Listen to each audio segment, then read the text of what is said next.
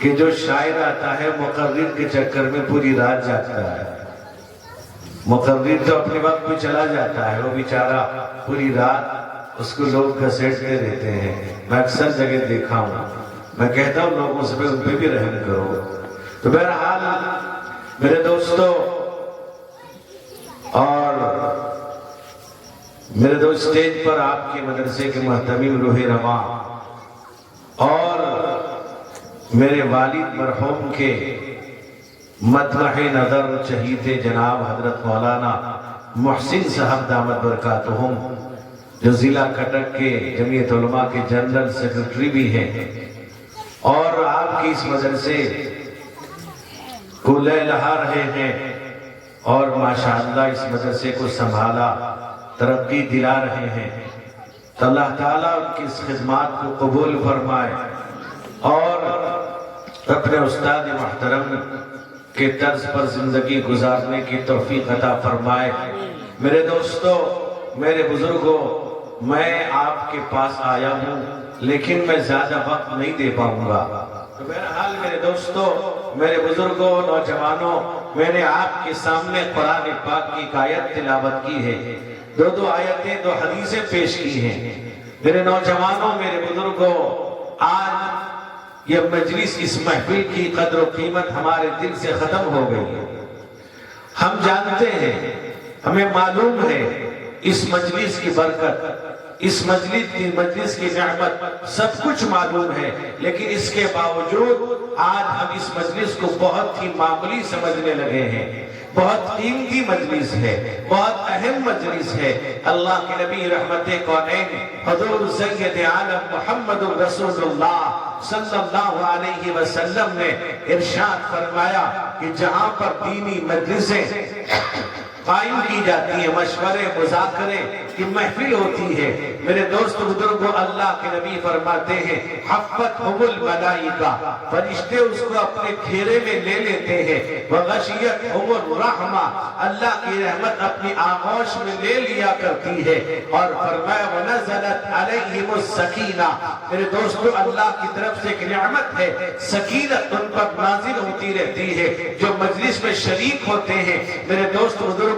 یہ مجلس جو گناہوں سے پاک مجلس ہے، یہ مجلس جس میں غلط باتیں نہیں کی جاتی، یہ مجلس وہ ہے میرے دوست بزرگوں جس میں قرآن و حدیث کی بات کی جاتی ہے. اس مجلس میں اگر شاعر بھی آتا ہے میرے دوست بزرگوں، وہ قرآن و حدیث کا نچوڑ اپنے شعر کے اندر وہ پرو کر آپ کے سامنے پیش کرتا ہے. میرے نوجوانوں، میرے بزرگوں، بڑی بابرکت مجلس ہے. آج حال یہ ہے ہم عمل کرنے کو تیار نہیں، ہم ماننے کو تیار نہیں، سمجھنے کو تیار نہیں، سننے کو تیار نہیں. اگر سن بھی لیتے ہیں صبح کو ہم کو پتہ نہیں رہتا کیا باتیں کہی گئی، کس عالم نے کیا بات کہی ہے، کس عالم نے کیا حکم اللہ کا پیغام دیا ہے، اللہ کے نبی کا کیا حکم سنایا ہے، ہمیں یاد نہیں رہتا. میرے نوجوانوں، میرے بزرگوں، اگر ہم سچی نیت لے کے آئیں گے، اپنی نیت کو درست کر کے آئیں گے، جو باتیں ہم سنیں گے ان باتوں پر اللہ تعالیٰ عمل کرنے کی توفیق عطا فرمائے گا. اللہ کی توفیق کے بغیر کچھ نہیں ہوتا. اگر ہم ارادہ کر لیں گے، نیت کر لیں گے کہ اللہ تبارک و تعالیٰ جو ہمارا خالق ہے، جو ہمارا مالک ہے، جو ہمارا رازق ہے، میرے دوستوں، میرے بزرگوں، جو دن و رات ہم گناہ کرتے ہیں ان کو معاف کرنے والا ہے، وہ رب ہمارا ہے. وہ بندوں پر ظلم نہیں کرتا، بندوں پر رحم کرتا ہے، مہربانی کرتا ہے. میرے دوست بزرگوں، اللہ قرآن میں فرماتے ہیں وَمَا أَنَا بِظَلَّامٍ لِّلْعَبِيدِ، اللہ کہتا ہے کہ میں بندوں پر ظلم کرنے والا نہیں. اللہ ظالم نہیں ہے، اللہ ظلم نہیں کرتا. میرے دوست بزرگوں، اللہ بے نیاز ہے. ایک حدیث آپ کے سامنے پیش کروں گا، اس حدیث کا نچوڑ یہ ہے اللہ تعالیٰ بے نیاز ہے. میرے نوجوانوں، ایک حدیث مسلم شریف کے اندر ہے، حضرت ابو ذر غفاری رضی اللہ عنہ روایت کرتے ہیں. میرے نوجوانوں، وہ حدیث قدسی کہلاتی ہے، یعنی اس میں میرے نوجوانوں اللہ کے نبی کی زبانی اللہ کا پیغام، اللہ کا حکم ہے. اللہ کہتا ہے، اللہ فرماتا ہے اپنے بندوں سے، اللہ کہتا ہے یا عبادی، فرمایا انی حرمت الظلم علی علی نفسی وما جعلتہ بینکم مظلما ورما محرما وما فلا اللہ کے نبی کہتے ہیں یا عبادی اے میرے بندے میں نے اپنے آپ پر ظلم کو حرام کر دیا ہے اپنے آپ پر ظلم کو حرام کر رکھا ہے لیکن میرے دوست بزرگوں اللہ تبارک و تعالیٰ اتنا مہربان اتنا رحم کرنے والا ہم لاکھوں کروڑوں دنوں رات صبح شام چلتے پھرتے اٹھتے بیٹھتے سوتے جاگتے کھاتے پیتے اتنے گناہ کرتے ہیں اس کے باوجود اللہ تعالیٰ ہم پر رحم کرتا ہے میرے نوجوانوں خدا نہ خواستہ اللہ تعالیٰ ہمارے ایک ایک گناہ پر پکڑ کرنے لگے گا ہم دنیا میں بچ نہیں سکتے ہیں اللہ رحم کرتا ہے لیکن اللہ کا ایک نظام ہے اللہ کے قانون ہے اللہ تعالیٰ تمام گناہوں کو معاف کر دے گا لیکن شرک ایسا گناہ ہے اللہ کے ساتھ کسی بھی طرح شریک کرنا اللہ کی ذات میں اللہ کی صفات میں شریک کرنا اللہ تعالیٰ معاف نہیں کرے گا اللہ کا قانون ہے اللہ تعالیٰ فرماتا ہے ان اللہ لا یغفر ان یشرک بہ ویغفر ما دون ذلک لمن یشاء ومن یشرک باللہ فقد افتری اثما عظیما اللہ تعالیٰ شرک کے علاوہ تمام گناہوں کو اللہ چاہے گا معاف کر دے گا لیکن شرک ایک ایسا گناہ ہے اذان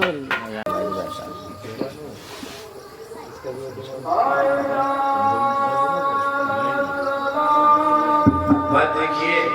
میں بیان کر سکتا تھا منع نہیں ہے بعض لوگ جب قرآن پاک پڑھتے رہتے ہیں اذان ہوتی بند کر دیتے کیوں منع نہیں ہے دینی باتیں کر سکتے دنیاوی باتیں منع ہے کہ اگر دنیاوی باتوں میں لگا چھوڑ کر اذان کا جواب دے لیکن میں اگر بیان کرتا تو کل کچھ لوگ فتویٰ بھی لگا دیتے ان فتووں سے بچنے کے لیے میں نے بند کر دیا ہے ورنہ میں ہی بند کرتا ہوں اور فتویٰ بھی لوگ اتنے مفتی ہیں کہ اب مشکل ہو جاتا ہے ہر ایک کا جواب دینا آپ حیرت میں رہیں گے ایک دفعہ ایسا ہوا کہ کورونا سے پہلے رمضان کا مہینہ ہے ایک نوجوان کو لے کر 2-4 لوگ آئے وہ کہنے لگے کہ اس نے طلاق دے دیا بیوی کو اب یہ ہے کہ رمضان کا مہینہ شراب پیتا ہے وہ حرام پیتا ہے تو وہ کہنے لگا تو ہم نے کہا اللہ کے بندے تم کو شرم آنی چاہیے رمضان کا مہینہ ہے حرام پیتے ہو حرام کام کرتے ہو بیوی ہے اس پر رحم کرنا چاہیے میرے دوست بزرگوں وہ ساری باتیں بتانے لگا وہ ایسا کرتی ہے ویسا کرتی ہے طرح طرح کی باتیں وہ کہنے لگا مول صاحب میں برداشت کر کے تھا اگر تم بھی رہتے طلاق دے دیے یہ حال ہے لوگوں کا سمجھے ایک مرتبہ اسی سغرے کی بات کہتا ہوں ایک صاحب نے مجھے ٹیلی فون کیا صبح کہ مولانا میرے ابا کا جہاں غسل دیا گیا تھا جناب لاش کو ایک جگہ پانی رکھا ہوا تھا جو جہاں جمتا ہے غسل کا میں نے مٹی ڈال دیا تو عورتوں نے کہا کہ وہاں 40 دن تک اگربتی لگا کہ عورتیں بتی بہت لگاتی ہیں جہاں دیکھو بتی لگاتی ہیں تو اب یہ ایک کہ اگربتی لگا میں نے کہا بھی نہیں منع ہے اس طرح کچھ ہے شریعت میں تو اس نے کہا ابھی تو میں مولانا کو فون کیا مولانا منع کرے عورتوں نے کہا میں مولانا کیا جانتے ہیں فتویٰ عورتوں کو بہت چلتا ہے آج کل تو سب عورتوں فاتوے میں چلتے ہیں مولوی صاحب فتوے میں کوئی نہیں چلتا وہ پیکر مولوی صاحب گئے مدرسے کے لیے تو وہ گھر میں پوچھ کے دے گا کتنا پیسہ دوں گا فتویٰ وہاں لے گا مسئلہ وہاں لے گا تو بہرحال تو اب یہ ہے کہ نماز سے پہلے تک چند باتیں آپ کے سامنے پیش کروں گا تو میرے دوستوں میرے بزرگوں اللہ ظلم نہیں کرتا اللہ نے فرمایا یا عبادی انی حرمت الظلم علی نفسی وما جعلتہ بینکم محرما فلا تظالموا اے لوگوں میں نے تمہارے درمیان بھی حرام کر رکھا ہے ایک دوسرے پر ظلم نہ کرو اور فرمایا میرے دوست بزرگوں لہذا ظلم سے بچو میرے نوجوانوں اللہ کہتے ہیں یا عبادی کلکم عاری الا من کسوتہ فاستکسونی اکسکم اے لوگو اے میرے بندو تم سب کے سب ننگے تھے میں نے تم کو کپڑا پہنایا لہذا مجھ سے کپڑا مانگو میں تم کو دوں گا اور فرمایا یا عبادی کلکم ضال الا من ہدیتہ فاستہدونی اہدکم اے لوگو اے میرے بندو لہذا تم سب کے سب گمراہ تھے، میں نے تم کو ہدایت دیا ہے، لہذا مجھ سے ہدایت مانگو گے میں ہدایت دے دوں گا۔ اور فرمایا یا عبادی کلکم جائع الا من اطعمتہ فاستطعمونی اطعمکم، کہا کہ اے میرے بندو تم بھوکے تھے، میں نے تم کو کھانا کھلایا، مجھ سے مانگو گے میں تم کو دوں گا۔ آپ فرمایا یا عبادی انکم تخطئون باللیل والنہار وانا اغفر الذنوب جميعا فاستغفرونی اغفر لکم، اے لوگو اے میرے بندو تم صبح و شام گناہ کرنے والے تھے، میں نے تمہیں مجھ سے تم مانگو گے میں تمہارے گناہ بخش دوں گا، مانگو گناہوں کی معافی مانگو گے گناہ بخش دوں گا۔ میرے دوستوں میرے بزرگوں یہ لمبی حدیث ہے، اسی بات بتانا یہ ہے اللہ